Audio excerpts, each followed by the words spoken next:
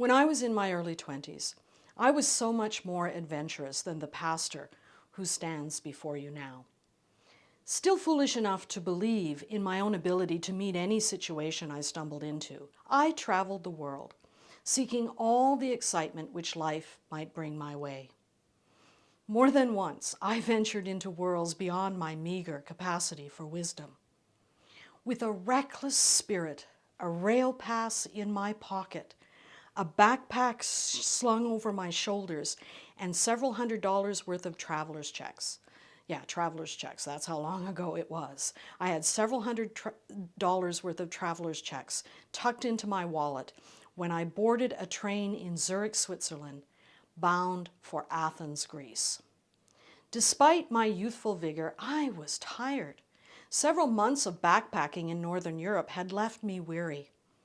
And in just 5 days, my rail pass would expire, so I decided to head to Greece, where previous visits had taught me the living was easy. I longed for the warm sun, the blue skies, and the equally blue waters, and the promise of a cheap place to rest. As the train made its way through the Alps, I remembered a similar trip which I had made the year before, and I tried to calculate whether my remaining funds would allow me to return to the village of Hania on the island of Crete. I knew that in Crete I could find work, and I planned to mix a lot of relaxation and fun with just a little work and try to live out the winter on the Mediterranean.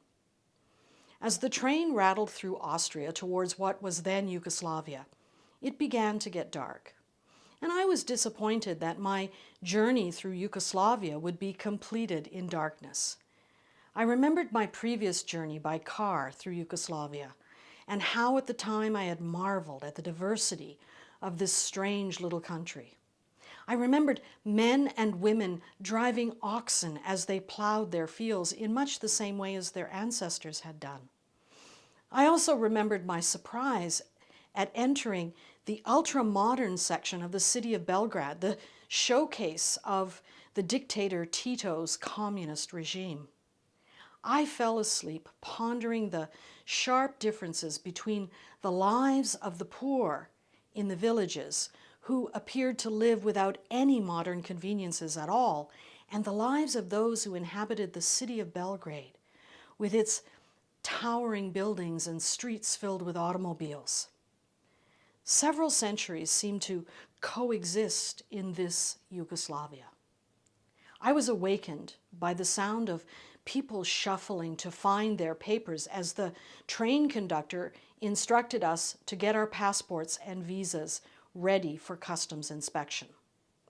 When the Yugoslavian custom officials, with their rifles over their shoulders, boarded our train, they were preceded by men guided by vicious-looking German shepherds. Even though I knew that I had all the correct papers and that my backpack contained nothing more offensive than some dirty laundry, the sight of the dogs, the guns, and the uniformed officials struck fear into my heart. I nervously handed over my precious passport to an official who looked younger than my 22 years. He carefully read over the visa which I had obtained in Zurich the day before, a visa which I could not read because it was written in an unfamiliar language using an unfamiliar alphabet. The young man handed my passport over to an older official, and before I could comprehend what was happening, I was being escorted off the train. I was shaking so badly that the young man on either side of me had to hold me up. I'm not sure if my feet even touched the ground. After a long, lonely wait in a drab, windowless room, a woman entered, and in broken English, she told me that my visa was not in order.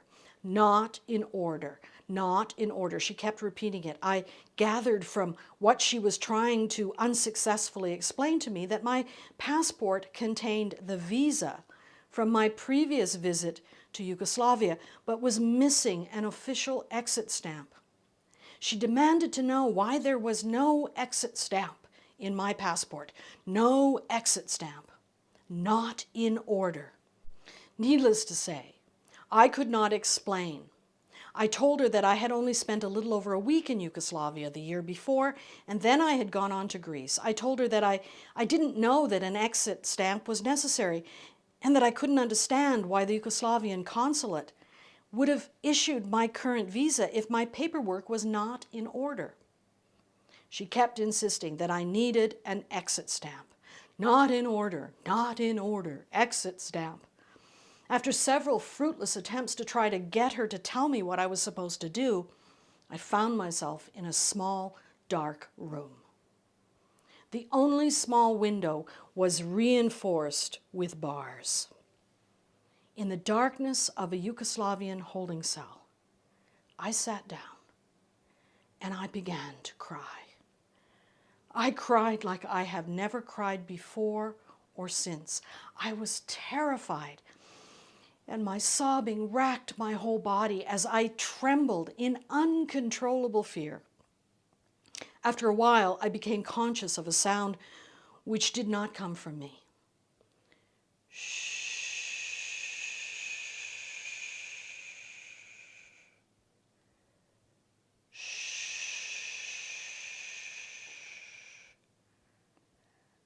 I was not alone. Not alone in the darkness. Someone else was in the room with me. In the shadows, I could make out the shape of a woman. My sobbing began to subside as she continued. Shh.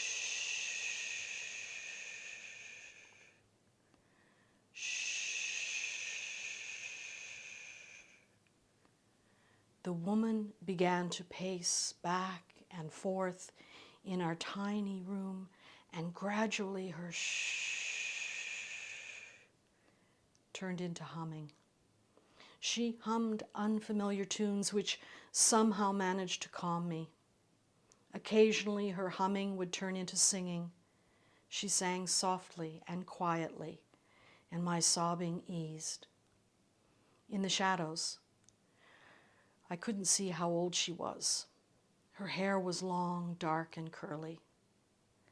She wore a plain cotton dress, ankle socks, and a beaten-up pair of shoes, whose laces flapped back and forth as she paced.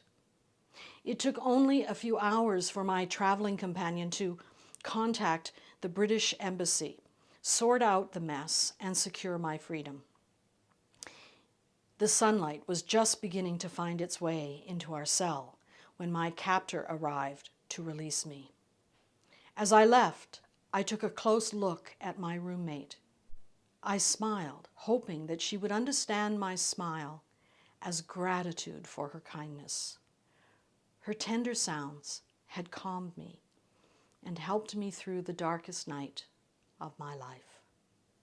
She returned my smile, and she added a wave of her own. Then our guard roughly escorted me out into the bright lights of the customs house. Before I boarded a train which would take me safely out of Yugoslavia, I thought that perhaps I should try to help my cellmate. Maybe I should try to find out why she was being detained. Perhaps I should try to help her to get out. But this was not a place which welcomed questions, and my youth and my inexperience, as well as my fear, allowed me to respond to the call of Greece's warm sunshine. So I boarded the train and I left. My few hours of captivity I chalked up to just one more adventure on the road. Soon, the pleasures of freedom and the privilege of my birthplace afforded me the luxury to rest and to relax. 21 years later, I sat in the comfort of my living room and I watched the evening news. I paid very little attention, as yet another deadline was imposed against the Serbs. Over the years, I had lost track of who was doing what to whom in what was once called Yugoslavia.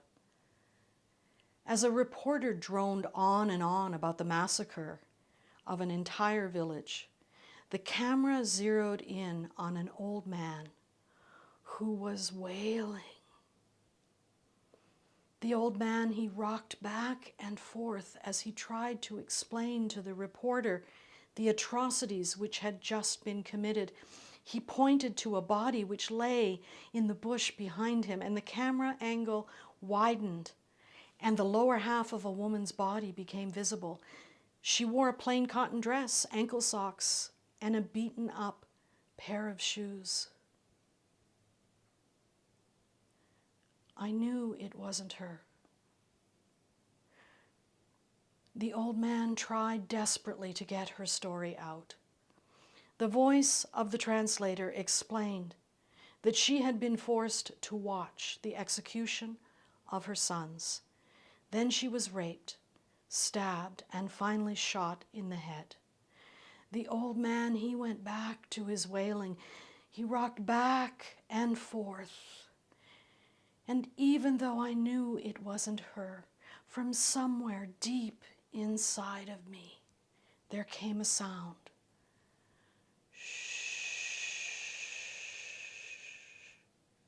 For the first time in years, I wondered what had become of her. I don't know if she was Muslim, Christian, or Jew. I don't even know her name, nor do I know if she escaped the horror of ethnic cleansing. I do know that she embodied, and I hope that she continues to embody, the love which is the mystery we call God, in the compassion of her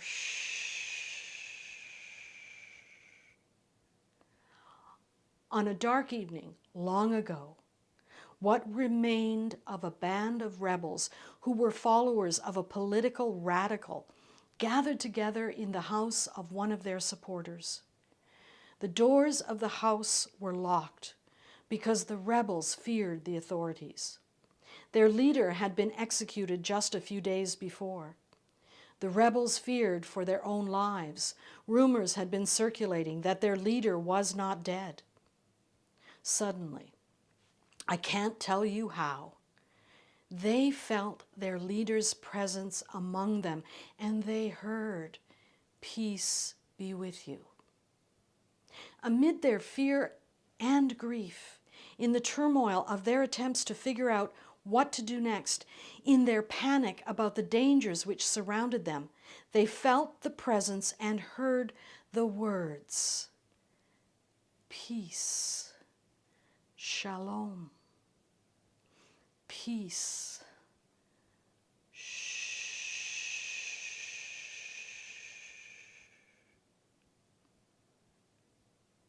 Yugoslavia, Bosnia, Herzegovina, Rwanda, Iraq, Darfur, Syria, Yemen, Somalia, Ethiopia, Libya, Afghanistan. I could go on and on. The wailing never ends.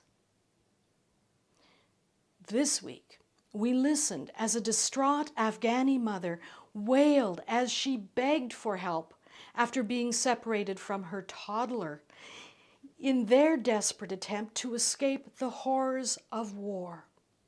As she wailed, I heard her cry, "I would rather die," as she desperately tried to communicate her fears for her child. Once again, in the luxury of my home, sitting comfortably in front of a screen which transmitted her pain, a sound emerged from deep within as I rocked back and forth. Shh.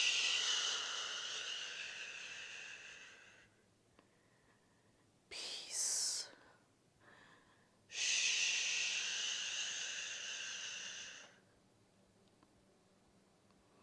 It's not enough. The rebel Jesus went on and on about the basileia theon, which we all too often translate as the kingdom of God. This translation rests on the notion of replacing the empire of Rome with the empire of God. When the Bible was translated into English, The empire of the British was a kingdom, and so basileia ton theon became kingdom of God, as if replacing one empire with another would achieve the peace the world hungers for. I dare say the rebel Jesus had much more in mind when he proclaimed that the basileia ton theon is within. The Greek word basileia is the feminine form of the word for sovereignty, majesty, or authority. Basileia ton theon can be accurately translated as authority of divinity, or better yet, the kingdom of love. For if Jesus taught us anything, Jesus taught us that God is love. And the authority which Jesus pledged his allegiance to was the authority of that love, an authority which is all about relationships. That's why many followers of Jesus have begun to use kingdom, to more fully express the reality that we are all kin, family, related to one another. The kingdom of the ultimate authority is the kingdom of love, a place where we no longer strive to replace one empire with another, a place where the authority of love compels us to strive to nourish our relationships with people from all sorts of empires, a place where it's all about the quality of our relationships to one another, to creation, and to the one which is the love which lives in, with, through, and beyond us. It is the basileia ton theon which lives within us that brings forth all that we are created to be. It is the basileia ton theon which empowers us to be love in the world. Today, from within my privileged place in the world, I watched the aftermath of this week's explosion at the gates of Bagram airfield. After 20 years of war and unspeakable suffering, we are where we have always been and will remain if empires, be they American empires, G7, China, Russia, Taliban, ISIS, or the new forces of corporate empire, replacing one empire with another will not bring the peace we long for to end the suffering. Only love, which is the divine mystery, only love can do that. Only love can bring us peace. Not the hearts and flowers kind of love, but the love which parades around in the world as justice. Not the retributive justice which says, we'll hunt you down, but the real justice which is achieved when everyone has enough. When the privileges which you and I take for granted are made available to those who are suffering the injustices of poverty and violence. This kind of justice can only be achieved when those of us, that's me and any of you who are privileged enough to have the very screens with which you are watching me now, the kind of justice we're looking for, which means that everyone has enough, requires us to share our wealth, to share our privileges, to share our safety, to share of our very selves with those who do not have enough. Peace is not the province of empires. Peace is what breaks out when justice for all is achieved, when everyone has enough. We have been richly blessed. In the words of our ancestors, we have been blessed to be a blessing. What shall we do with our share of blessings? How will we wield the power our privileged lives afford us? How shall we embody love in the world? I know, the obstacles to peace through justice seem so very overwhelming. I know, too, the temptation to respond to violence with violence. I know it's difficult to bear witness to the horrors of war, but bear witness we must. The fearful images are difficult to bear, and so we grieve. We weep for our kin. We weep for our family, for our sisters and brothers, for our children, and we weep for the heroes who died desperately trying to rescue our kin. And we weep for the hate-filled men, young and old, who are seizing power and perpetrating violence and death. For these men, they too, these hate-filled men, they too are our kinfolk. In our grief, we weep. There is a time to weep. This is the time to weep. We weep and we wail, and we vent our frustrations. We bear witness to the suffering of our kin, our family, our relations.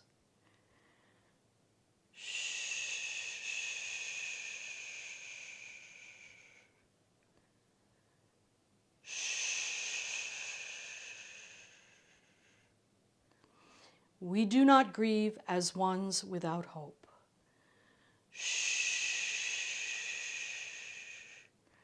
For we have been blessed to be a blessing, and the basileia theon is within.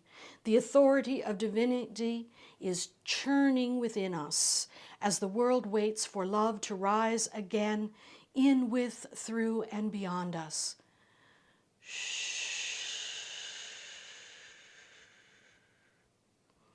The kingdom of love is gestating within.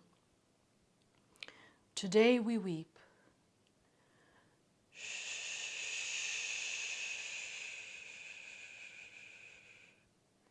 Today we are born again and again as justice seekers and peacemakers, born again to be love in the world.